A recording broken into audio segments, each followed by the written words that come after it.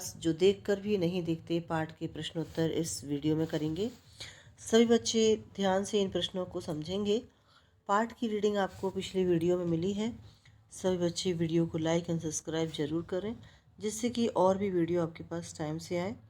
प्रश्न पहला है कि जिन लोगों के पास आँखें होती हैं या आँखें हैं, वे सचमुच बहुत कम देखते हैं। हेलेन हेलेन केलर को ऐसा क्यों लगता है? प्रश्न का उत्तर है कि लोगों के पास जो चीज़ उपलब्ध होती है, उपलब्ध का मतलब है जो उनके पास अवेलेबल है, जो उनके पास है, उसका उपयोग वे नहीं करते हैं। इसलिए हेलेन केलर को ऐसा लगता है कि जिन लोगों के पास आँखें हैं, वे सचमुच बहुत कम देखते हैं। इसका तात्पर्य, यहाँ लेखिका का तात्पर्य है कि जिन लोगों की आँखें हैं, वे प्रकृति को उतनी सुंदरता को निहारने में उतना समय नहीं लगाते। जिसके पास आँखें नहीं होती हैं, वो पत्तियों को स्पर्श करते हैं, फूलों को स्पर्श करते हैं और उन्हें जानने का प्रयास करते हैं कि ये कितनी मुलायम है, किस आकृति की है, कितनी सुंदर हो सकती है, कितनी कितनी लंबी है। इसकी सारी जानकारी पाने की उनके अंदर उत्सुकता होती है।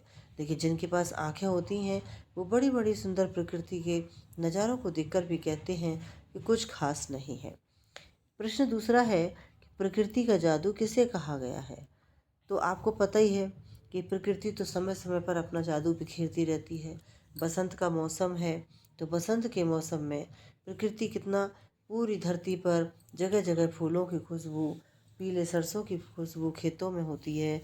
आप देखते हैं कि प्रकृति का सौंदर्य तो सूर्य का उदय होना भी होता है। प्रकृति का सौंदर्य तो उन खेतों में बीज डालने पर प्रकृति को पूरा हरा भरा कर देना भी होता है।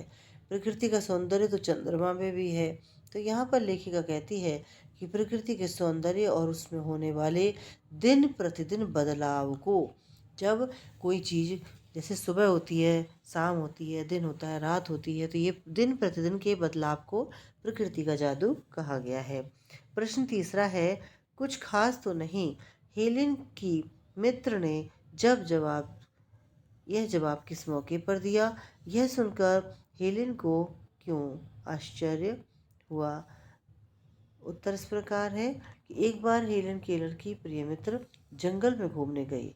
जब वह वापस लौटी तो हेलेन केलर ने उसके जंगल के बारे में जानना चाहा। तब उसकी मित्र ने जवाब दिया कि कुछ खास तो नहीं।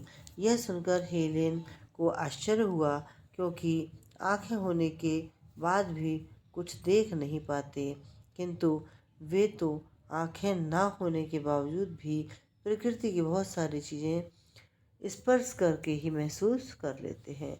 अगला प्रश्न है कि हेलेन केलर प्रकृति की किन चीज़ों को छूकर और सुनकर पहचान लेती थी? पाठ पढ़कर उसके आधार पर लिखिए। तो प्रश्न है कि हेलेन केलर भोजपत्र के पेड़ की चिकनी छाल और चीड़ की खुरदरी छाल को स्पर्श से पहचान लेती थी। यहाँ पर जो आपका प्रश्न था, उसका उत्तर देते हुए लेखिका कहती है कि जो हेलेन केलर है, वह भोजपत्र के पेड़ की चिकनी छाल को छू कर देख के बता देती थी कि ये भोजपत्र का पेड़ छाल है, और चीड़ की खुरदरी छाल को स्पर्श करके भी पहचान लेती थी। बसंत के दौरान वे टहनियों की नई कलियों, कोमल फूलों की पंखुड़ियों की मखमली सतह और उसकी घुमावदार बनावट को भी वे छू कर पहचान लेती थीं। चिड़िया के मधुर स्वर को वे सुनकर जान लेती हैं। अगला प्रश्न है कि जबकि इस नियामत से जिंदगी को खुशियों के इंद्रधनुषी रंगों से हरा भरा किया जा सकता है, तुम्हारी नज़र में इसका क्या अर्थ होगा? यहाँ पर है कि इन पंक्तियों में हेलेन केलर ने जिंदगी में आँखों के महत्व को बताया है। वह कहती हैं कि आँखों के सहयोग से हम अपनी ज़िंदगी की खुशियों के रंग बिरंगे रंगों को देख सकते हैं, अपनी ज़िंदगी में रंग बिरंगे रंग रंग सकते हैं। यानी कि हमारे पास अगर आँखें हैं तो हम प्रकृति, दुनिया, सभी की हजारों चीज़ें देख सकते हैं और उनकी सुंदरता को भी समझ सकते हैं। यहाँ पर है कि निबंध से आगे के जो प्रश्न हैं, वैसे आपको नहीं करने की आवश्यकता है। लेकिन आप इन प्रश्नों को समझ सकते हैं कि कान से ना सुनने पर भी आसपास की दुनिया कैसी लगती होगी।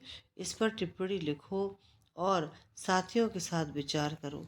तो आप ये प्रश्न स्वयं कर सकते हैं कि कान से ना सुन पाने पर आसपास की दुनिया एकमात्र शांत लगती होगी।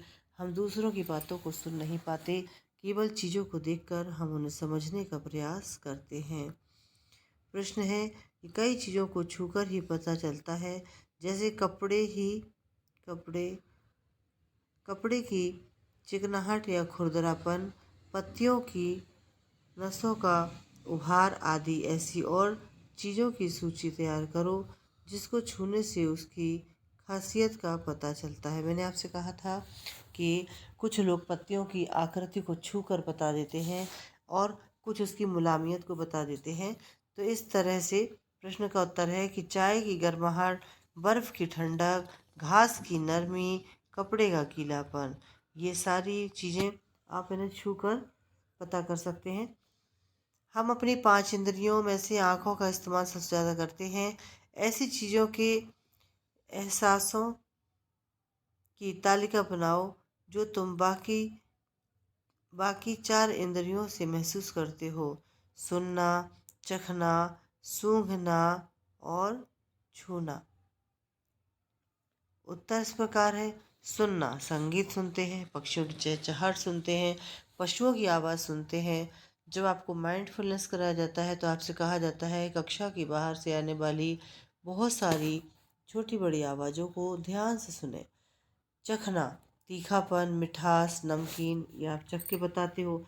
सूंघना, फूल, इत्र का सुगंध, कीचड़ का दुर्गंध। छूना, नर्म है, मुलायम है, गर्म है, ये आप छू कर बताते हो।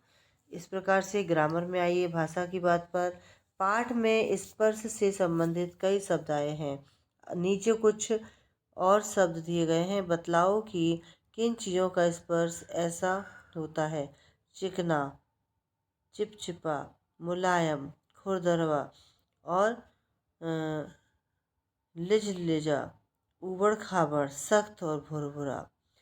चिकना कपड़ा चिपचिपाहट गोंद में होती है, मुलायम रुई होती है, खुरदरा घड़ा और जो है लिजलिजा शहद, ऊबड़-खाबड़ सड़क, सख्त पत्थर और